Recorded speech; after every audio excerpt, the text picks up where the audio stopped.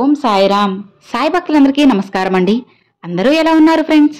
మన సాయినాథుని దయ వల్ల అందరూ బాగుండాలని మనస్ఫూర్తిగా కోరుకుంటూ ఈ వీడియోనైతే స్టార్ట్ చేస్తున్నాను. ఇక ఈ రోజు వీడియోలో బాబాగారు ఏం చెప్తున్నారంటే, తల్లి, ఎందుకు నువ్వు ఇప్పుడు ఇంతలా బాధపడుతున్నావు? ఇక నీ జీవితాన్ని నేను ఎలా మలుపు తిప్పుతానో నువ్వే చూడు తల్లి.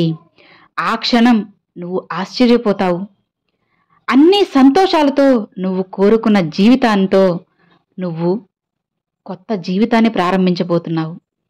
అవును తల్లి, జీవితంలో కొన్నిసార్లు ఒంటరిగా నడవడం కష్టంగా ఉండొచ్చు.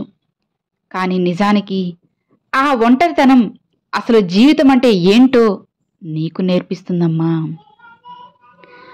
పేద ధనిక భేద మెరుగుని భవదీయుడు నీ సాయి. ఆర్భాటాలకి అస్సలు లొంగడు నీ ఈ ఫకీరు. నీకు తెలుసు కదా, నా భక్తుల హృదయమే ఆస్తిగా నేను స్వీకరిస్తాను. నా భక్తులు మనస్ఫూర్తిగా నన్ను సాయి అని పిలిచినా చాలు, నేను వెంటనే వాళ్ళ వద్ద వాలిపోతాను. వ్యక్తులను జంతుజాలాన్ని ఆదరించడం వల్ల నీ సంపదేమీ కరిగిపోదు కదా తల్లి. పెట్టకపోకుండా అలానే ఉండడం వల్ల నీ సంపద అనేది రెట్టింపు కూడా అవ్వదు కదా. సాయం కోరి వచ్చిన వారితో తాగడానికి నీళ్లు ఇచ్చి దాహం తీర్చు. వాళ్ళకి నీ చేతనైనంత సాయం చేయి, కానీ కసురుకోవద్దమ్మా. నువ్వు నీ దగ్గరికి ఎవరైతే సాయం కోరి వస్తారో వారిలో నీ బాబా ఉన్నారు అని చెప్పి ఎప్పుడు నువ్వు అస్సలు మర్చిపోకూడదు. గుర్తుంచుకో బిడ్డా, నా అనుగ్రహం నీకు ఒక్కసారి కలిగింది అంటే ఈ ప్రపంచంలో ప్రతిదీ నీ వశమైపోతుంది. తెలివైన వారు దేహం ఉన్నప్పుడే బ్రహ్మ జ్ఞానాన్ని పొందడానికి ప్రయత్నిస్తారు. ఇక అలా లేకపోతే చావు పుట్టుకలు అనేటివి ఆగకుండా వెంటనే వచ్చేస్తాయి. అర్థమవుతుంది కదా తల్లి. తెలివిగా మసులుకో. ఎవరో ఏదో అన్నారు అని చెప్పి వాళ్ళ మాటలే విని గుడ్డిగా నమ్మేసి వెళ్ళిపోవద్దమ్మా. ఒకటి చెప్పనా, ఆత్మను తెలుసుకోవడానికి జ్ఞానం కావాలి. జ్ఞానం దొరకడానికి ధ్యానం చేయాలి. ఆత్మ గురించి ఒకే మనసుతో ఆలోచించడమే ఆ ధ్యానం. అదే తల్లి మనసుకి శాంతిని, ప్రశాంతతను కూడా నీకు అందిస్తుంది. నీకు ఎప్పుడైనా సరే ప్రశాంతత కోల్పోయినప్పుడు నా నామాన్ని పఠించు. నా ఒక్క నామాన్ని నువ్వు పఠించడం వల్ల ఎంత పెద్ద కొండలనైనా సరే నుగ్గు చేసి నేలమట్టం చేస్తాను. అంత శక్తివంతమైన నీ సాయి తండ్రి నామాన్ని ప్రతిరోజు చెప్పుకుంటూ ఉండు.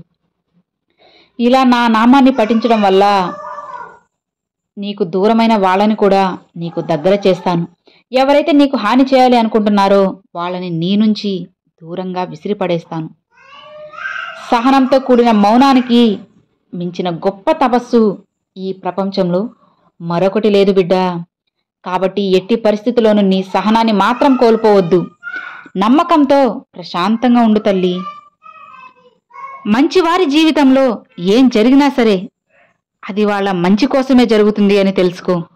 కాబట్టి బాబా, నేను మీరు చెప్పినట్లు మంచిగా ఉన్నాను కదా, అయినా సరే నాకు ఎందుకు మంచి జరగడం లేదు, నేను మీరు చెప్పినట్లు నడుచుకోవడమే నేను చేసిన తప్ప అని చెప్పి ఎప్పుడు నువ్వు నిరుత్సాహపడకు తల్లి.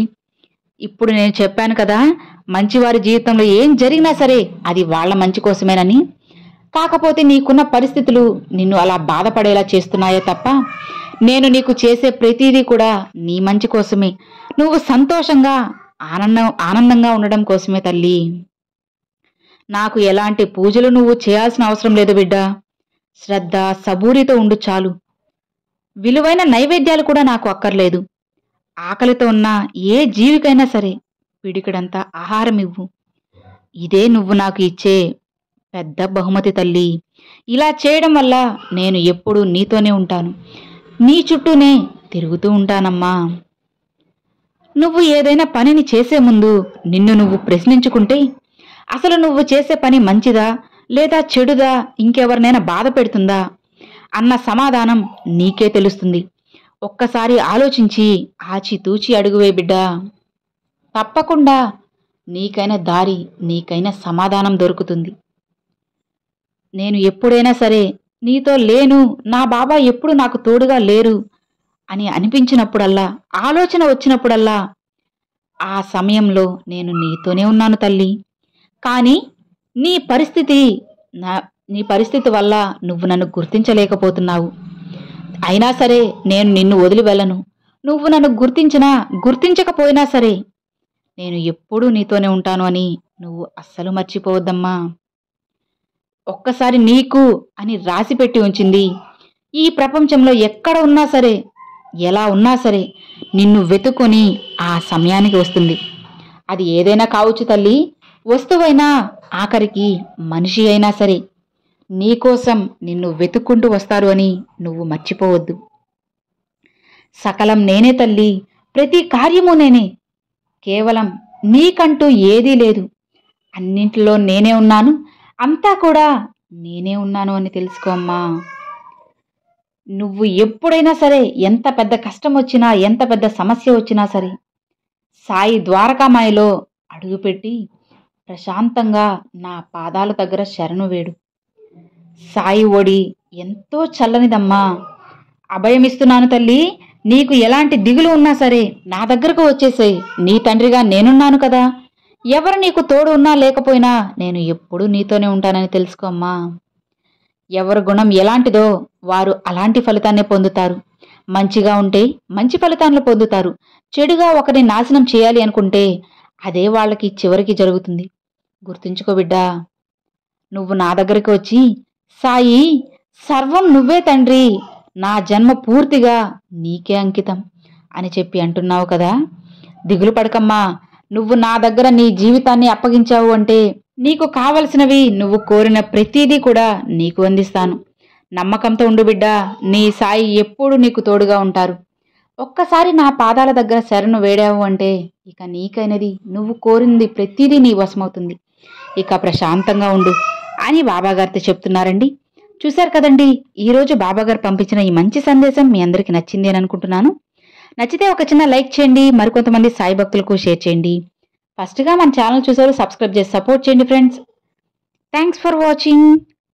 ఓం సాయిరామ్.